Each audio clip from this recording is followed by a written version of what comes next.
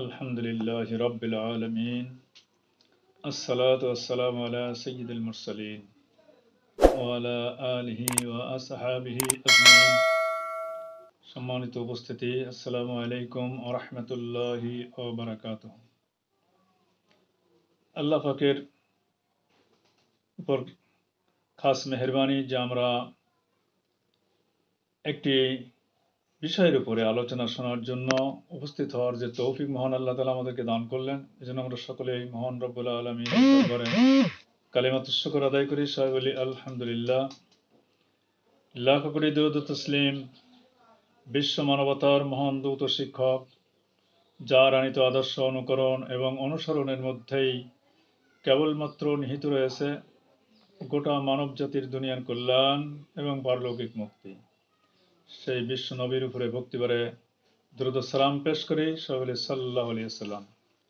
সম্মানিত উপস্থিতি, আমার আজকের আলোচ্য বিষয় হলো তাআল্লুক বিল্লাহ। আল্লাহ পাকের সাথে ভালোবাসা স্থাপনের জন্য আল্লাহ পাকের বর্ণনা আর রাসূল সাল্লাল্লাহু আলাইহি ওয়াসাল্লামের আনুগত্য স্থাপনের মাধ্যমে এই তাওয়াক্কুল পয়দা হয়, তাআল্লুক পয়দা হতে পারে। আল্লাহ রাব্বুল আলামিন কোরআনে কারিমে বলেছেন, কুনতুম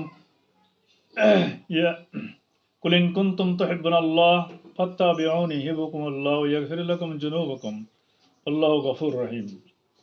হে রাসূল, আপনি বলে দিন যে তোমরা আল্লাহর সঙ্গে ভালোবাসা স্থাপন করতে চাও, তাহলে ফাত্তাবিউনি যেন তোমার অনুসরণ করে, আর যারা অনুসরণ করবে তাদেরকে ক্ষমা, আল্লাহ রাব্বুল আলামিন বলছেন যে তাদের যাবতীয় ত্রুটি ক্ষমা করে দেওয়া হবে। তো এই যে আল্লাহর সঙ্গে সম্পর্ক স্থাপনের জন্য সর্বপ্রথম যে বিষয়টি প্রয়োজন সেটা হলো মহাগ্রন্থ আল কোরআন ও হাদিসের গভীর জ্ঞান লাভ। কোরআন হাদিসের জ্ঞান লাভের সাথে সাথে আর সেই অনুযায়ী আমল করা। আমলবিহীন ইলম ফলশূন্য গৃহের সঙ্গে করানো হয়েছে, ফলশূন্য বৃক্ষের মতো তুলনা করা হয়েছে।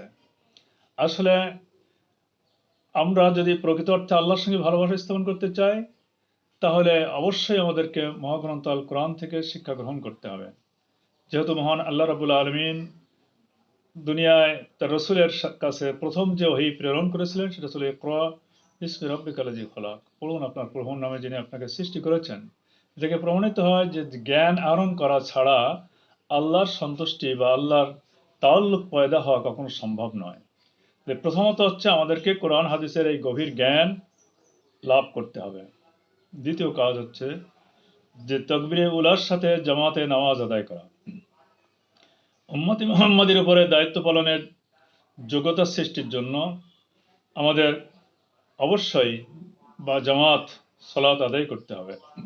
আর সালাত শব্দের আবিধানিক অর্থ হচ্ছে কোনো জিনিসকে তাপের প্রভাবে সোজা করা। আর নামাজের মাধ্যমে আমরা নফসে আম্মারাকে সোজা করতে পারি। কারণ মানুষদেরকে ক্ষতিকর যে বিষয়টি আমাদের মধ্যে রয়েছে সে হলো নফসে আম্মারা।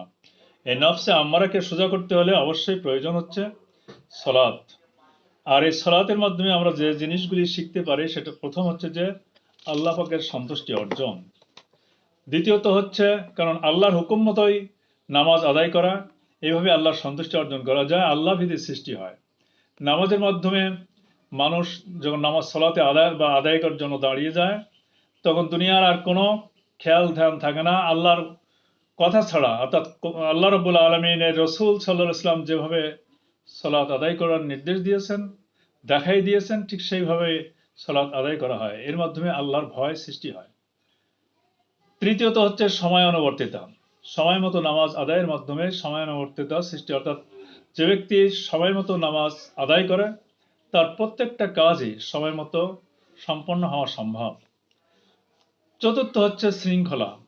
জামাতে নামাজ পড়তে হলে অবশ্যই শৃঙ্খলার মাধ্যমে, কারণ এক নামাজ আদায় করা হয়, এইভাবে পরস্পরের মধ্যে মুসলিম জাতির মধ্যে শৃঙ্খলা বোধ সৃষ্টি হয়।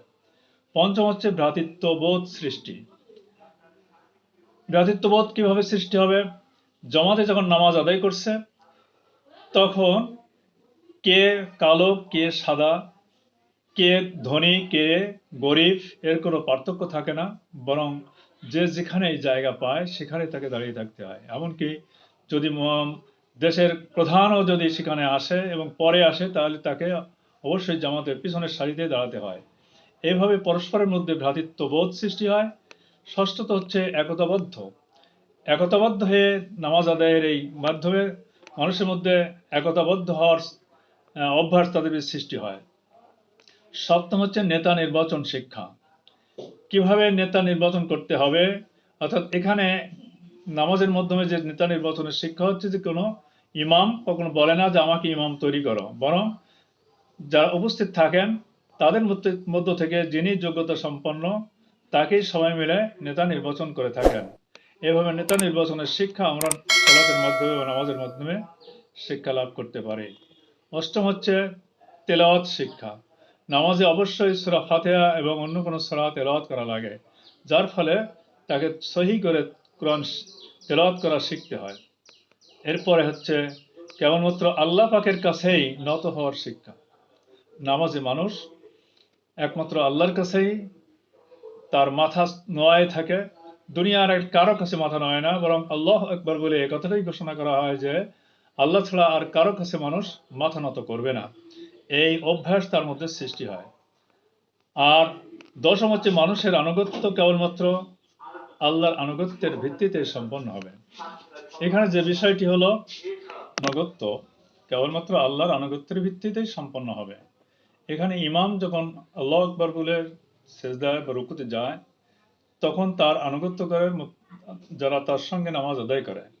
এখানে আনুগত্য মানুষের নয়, বরং আল্লাহর আনুগত্যের জন্যই তারা মানুষের আনুগত্য করে।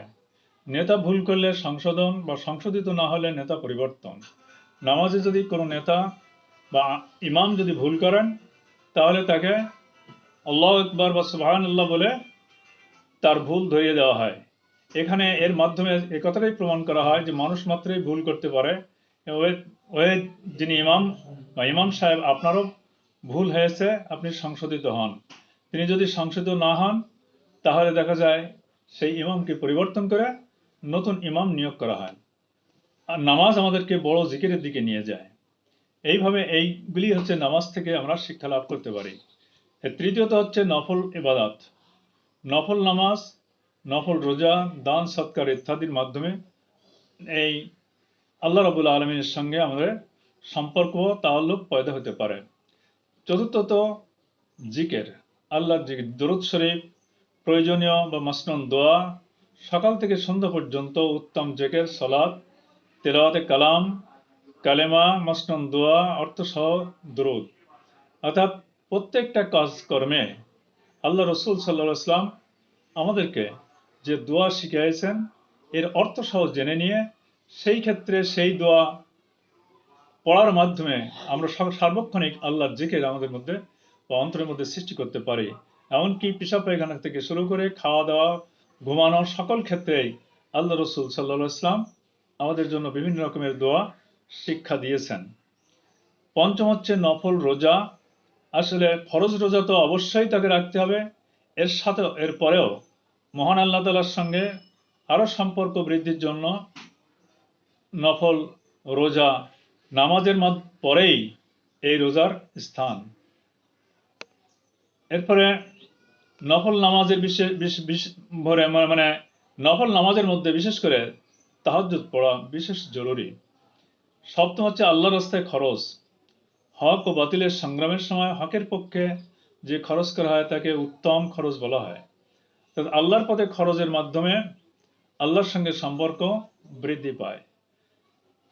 অষ্টম হচ্ছে আমাদের কি অপরাধের জন্য ক্ষমা চাওয়া আর আগামীতে এই অপরাধ না করার সিদ্ধান্ত গ্রহণ করা। নবম হচ্ছে কবিরা সকল প্রকার গুনাহ থেকে নিজেকে মুক্ত রাখা। দশম ভক্তি সহ আল্লাহ পাকের কালাম তেলাওয়াত করা, অর্থ সহ তেলাওয়াতের মাধ্যমে এর মর্ম অনুধাবন করা। একাদশ আল্লাহর সাথে সম্পর্কযুক্ত মানুষের সাথে বেশি বেশি সময় লাগানো, যার কাছে গেলে আল্লাহর সন্তুষ্টি লাভ, আখেরাতের মুক্তি লাভ করা যায়, তার সাথে আল্লাহর সম্পর্ক আছে বুঝতে হবে। অর্থাৎ এখানে যে বিষয়টি হলো যে আমরা যে মানুষের সঙ্গে সম্পর্ক স্থাপন করব শুধুমাত্র এজন্যই যে তার কাছ থেকে যেন, তার কাছে গেলে যেন আমরা আল্লাহর সন্তুষ্টি হাসিল করতে পারি, অর্থাৎ আল্লাহর কথা তার কাছ থেকে আমরা জানতে পারি, আখিরাতের ভয় আমাদের মধ্যে সৃষ্টি হতে পারে, আখিরাতের মুক্তি কি করে লাভ করা যায় তা আমরা জানতে পারি। এইভাবে এই ধরনের মানুষের সঙ্গে আমাদের সম্পর্ক স্থাপন করা উচিত। দ্বাদশতম হচ্ছে আত্মসমালোচনা করা। নিজের কৃত অপরাধসমূহ নিজেই জানা যায়, অপরে কেউ বলতে পারে না। অতএব নিজে চিন্তা ভাবনা করে বিগত 24 ঘন্টার মধ্যে যে সময় চিন্তা করবে, বিগত 24 ঘন্টার মধ্যে আমি যে কাজ করেছি এর মধ্যে কতগুলো ভালো কাজ করেছি, কতগুলো অন্যায় কাজ হয়েছে। যদি ভালো কাজ বেশি হয়ে থাকে তাহলে আল্লাহর কাছে শুকরিয়া আদায় করা এবং আগামীতে আরও বেশি ভালো কাজ করার জন্য আল্লাহর কাছে সাহায্য প্রার্থনা করা। খারাপ কাজ বা আল্লাহর অপছন্দনীয় কাজ যদি বেশি হয় সেক্ষেত্রে আল্লাহর কাছে ক্ষমা প্রার্থনা করে আগামীতে যাতে খারাপ কাজ আর দ্বারা সংকীর্ণ না হয় এজন্য আল্লাহর সাহায্য কামনা করা। এরপরে সকল কাজ, কথা, আচার ব্যবহার, তাকওয়া, ইখলাস, আল্লাহর সন্তুষ্টি অর্জনের জন্য সবসময় সতর্ক থাকা। ইখলাস বা একনিষ্ঠতা হলো এর প্রধানতম হাতিয়ার।